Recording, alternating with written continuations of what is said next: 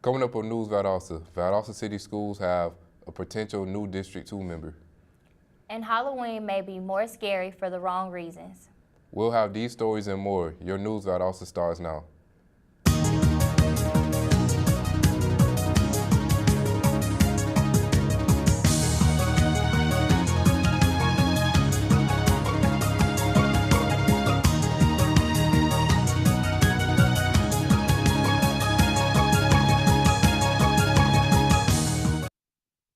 Welcome to News Valdosta. I'm Tierra Francois. And I'm Gerald Thomas. The Valdosta City School have 4 potential appointees to replace District 2 School Board member Vanessa Flukas. The superintendent, Dr. Todd Case, announced this to the Board of Education at the recent rescheduled meeting. The names were not disclosed during the board meeting.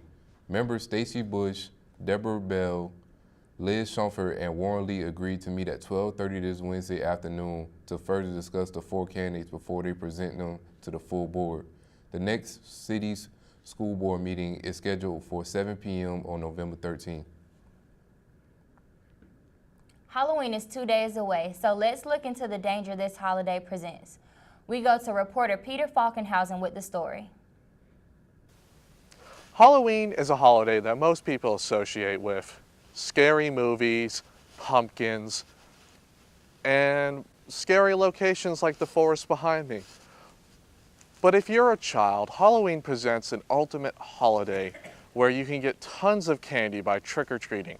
And though it seems very harmless to most of us, Halloween does present some dangers that we must consider while participating in the holiday. For instance, these streets may look empty, but if you notice, they are dark, very dark, and this presents dangers to kids who are in costumes that can't very see well, because as they may be looked empty at the moment, they will be filled with cars and motorists on the day of Halloween. Along with that, yard decorations present another hidden danger to children as they are trick-or-treating, as many children will not use walkways to get to the door. They will run straight across the yard. And so black wires that will hang up tiny decorations, present great danger to kids for tripping hazards and all that. We also spoke with the VPD to see their recommendations of Halloween safety. Whenever we're talking about safety in Halloween, again, the main things we're always talking about is having a guardian or a parent with your child. Make sure that their costumes and their bags are visible, have some reflective tape or even a flashlight. Drivers will be out. We're telling all of our motorists to slow down, be very, very cautious going through residential areas. And again, everybody be safe, have a good Halloween. So for News Valdosta, I'm Peter Falkenhausen. Valdosta police charged a driver with speeding, DUI, and not having insurance on their vehicle at 1720 Gornto Road last Thursday. The driver has been charged and arrested. This is a reminder that it is a crime to drive without having insurance on your vehicle. There were also multiple DUIs that happened throughout the weekend, leading to a likely rise in more DUI as we head into the Halloween holiday. Police officials are urging the public to stay safe on the roads and not to drink and drive. Remington's Police Department expects to be especially busy this Halloween. News reporter Antonio Scantlebury has the story. Today we speak with Lieutenant Sinclair at Remington Police Department. He goes into some of the day-to-day operations that they face as a department, also as some of the main problems they face in the city of Remington. My name is Derek Sinclair. I'm the lieutenant for the police department. I'm also one of the criminal investigators. I asked Lieutenant Sinclair about some of the main duties that the Remington Police Department has to face and some of the main calls that they get for service. Any call for service, whether it be traffic accidents, shoplifting, burglaries, anything you can imagine being responsible for, we respond to all of it. Lieutenant Sinclair went on to talk about some of the main issues that they tackle being in Remington. So being a small city in a college town, like a mile from the university, one of the major issues we face is probably the alcohol issue. Underagers at the bar or drinking and driving is probably one of the biggest issues that we face. Despite the solutions people can take to avoid drunk driving, the problem still exists. It's an odd issue to me because if you come out here on any nighttime, there's cabs, there's Tipsy Transit, Moody Air Force Base has a 1-800 number that their folks can call to, come and pick them up. I mean, I've stopped people for DUI who live 1 block from the bar. They're pulling into their house as they left the bar, and I'm like, it took you longer to get in your car and drive here than it would have, for you to walk. Some people just can't help it. Despite drunk driving, Lieutenant goes into some of their other common problems. One of the major problems that we've had in the summer, usually, and when school is out, is probably car break-ins. People don't lock their car doors. They go in the house and not lock the car, and then their car gets broken into. So a lot of the car break-ins that we have aren't somebody shattering the window or breaking the lock. It's just vehicles are unlocked. So if people would lock their doors, that would lessen that. Something else for us to respond to. We're a small city and small department, but we're in a metro city. So, anything that happens in the city of Valdosta could possibly happen here. And that was a look into the day-to-day operations as a Remington police officer. The department faces many challenges and tasks that they tackle on a day-to-day basis. For News Valdosta, this is Antonio Scantlebury. An unexpected survey was conducted Friday by the Joint Commission at South Georgia Medical Center. The hospital was denied its accreditation on September 19th after a hospital survey was conducted. SGMC submitted its reconstruction plan to the Joint Commission, which is due to make a decision of whether or not to close the hospital this week. The Joint Commission accredits and certifies 21,000 hospitals and health organizations, according to the Valdosta Daily Times. Review of the survey may take up to 10 days. A group from Georgia Military College in Valdosta, Milledgeville, and Albany traveled to areas of South Georgia to assist in Hurricane Michael cleanup. Milledgeville professor Robert Sherwood organized the trip, having 39 student volunteers sign up for the day of service. The group went out and put tarps on a number of homes and cleaned debris from fallen trees, blown branches, and damage from the storm. Professor Sherwood said that the trip was not only about helping those in need in South Georgia, but teaching GMC students a valuable lesson that he said can't be taught inside a classroom. The regular session of the Valdosta City Council meeting last Thursday was brief. Consideration of an ordinance for a social media policy for city employees was approved, which should ensure that employees have an outline of how to best represent the city of Valdosta when using social media. The Georgia Department of Transportation said it will also proceed with improvements to a taxiway at Valdosta Regional Airport, which would be at no cost to the city of Valdosta.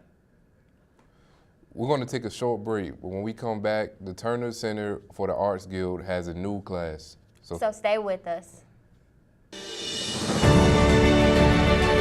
My community is full of adventure, with lakes, rivers, and forests. My community has excitement and lets me reach new heights and explore new lands. Every day is a celebration. There are open fields and space to grow. In my community, I can touch the clouds, I can reach the stars, and I can walk on water. My community has heroes. There is always room at the table.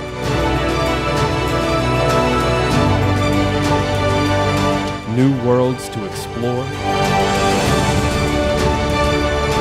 and people who see into the future.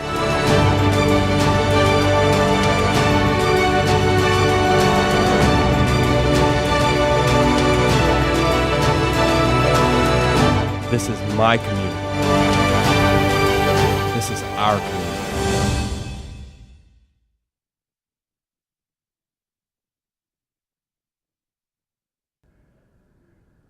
And welcome back to News Valdosta.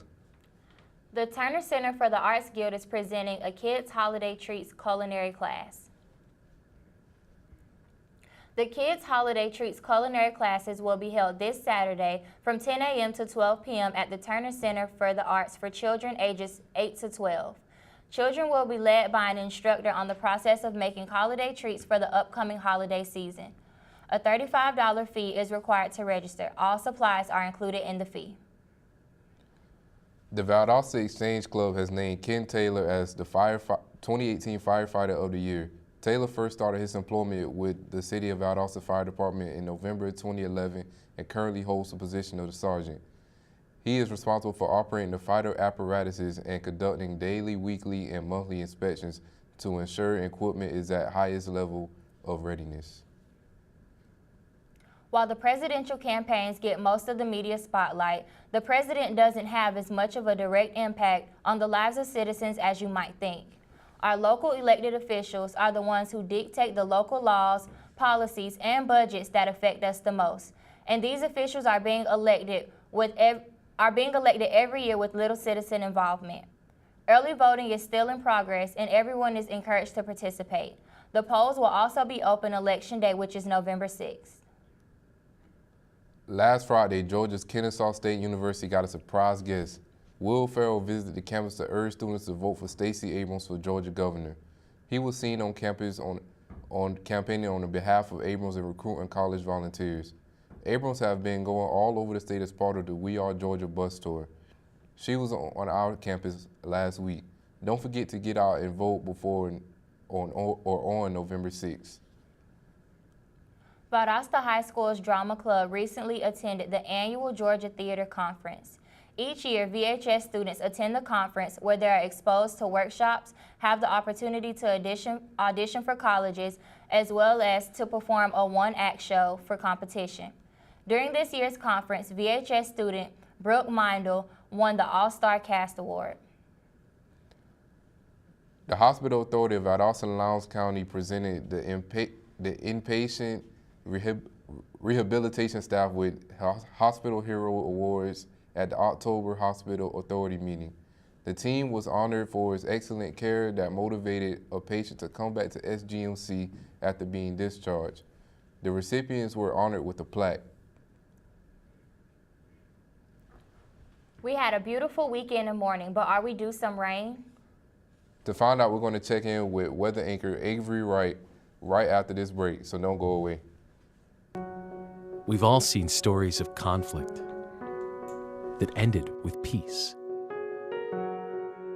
We've seen stories of hunger end in abundance. We see stories of fear, despair, and poverty, but they can end with courage, hope, and love. With you. Be a part of writing a story that's greater than poverty. Learn how at worldvision.org.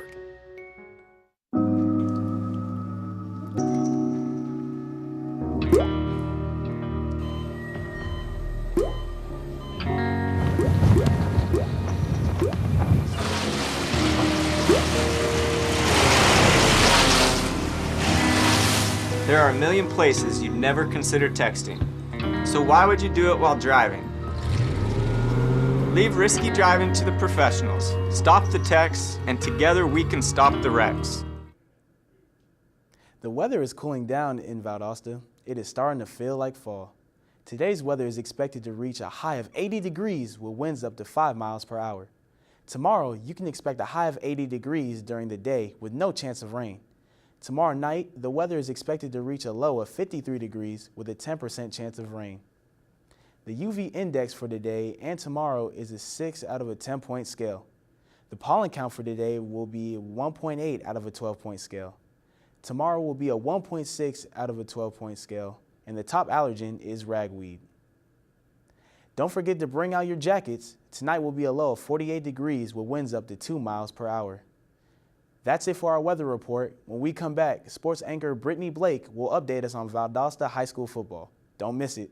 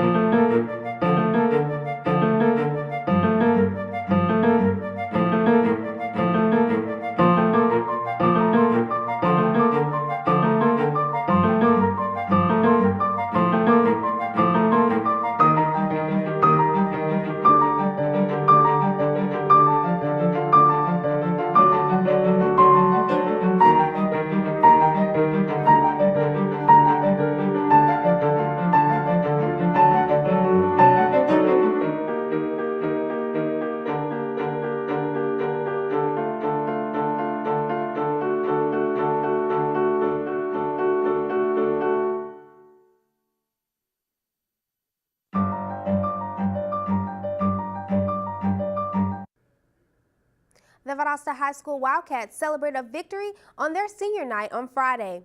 The Wildcats won in thrilling fashion, defeated the visiting Northside High School 46-44. The Wildcats will now be preparing for the 2018 playoffs, where they hope to make another run at state championship. Playoffs will kick off on Friday, November the 9th. The Lounge House soccer team started conditioning practices this past week. The season begins soon, and head coach Jordan Brett wants his players in shape when real practices come around. Their conditioning practices consist of running and weight training.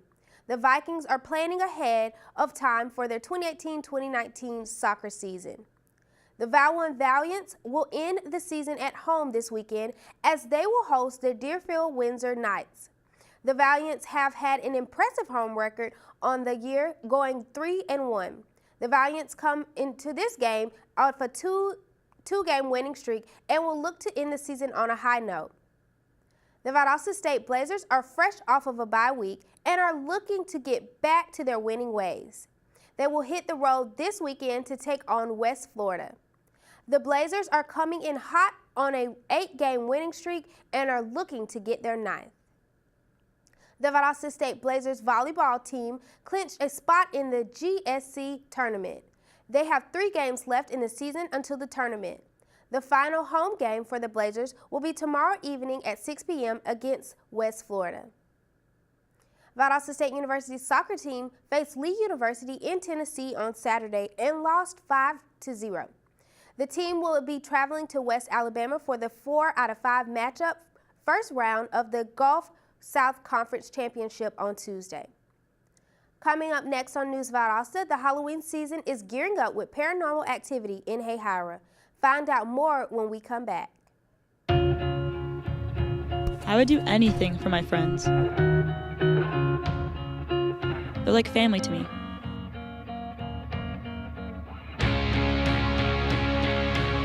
Sometimes saying no can be scary. But I'm so glad I was brave enough to say yes to living a drug-free life. This message is brought to you by the U.S. Air Force. We hold these truths to be self-evident, that all men are created equal. The torch has been passed to a new generation of Americans. The American dream need not forever be deferred. The richest, the most powerful country.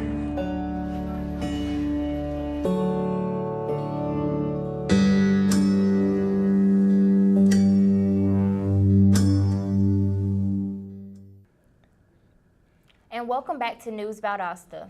Moody Air Force Base is opening its haunted house on Halloween night this Wednesday.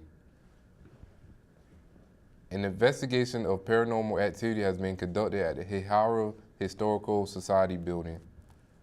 Philip Hitchner went to the society to request permission for his team, Cross the Line Paranormal, to investigate the back portion of the building, which is the remaining portion of Smith Hospital. The team used a wide range of equipment during the night tours of the hospital. The investigation was conducted to find evidence of paranormal activity and to create a paranormal tour. Hitchner and his team says that there was paranormal activity in the building. Moody Air Force Base is opening its own haunted house this Wednesday. Families looking for something fun and interactive to do should consider going to enjoy a spooky evening at the base. The price for children is set at $4 per ticket and the price for adults is $6. Base officials say the full scare begins at 8 p.m. and ends at 11 p.m. That's it for today's News Valdosta. We hope you've enjoyed our show. And that you'll join us again next time. Thanks for watching.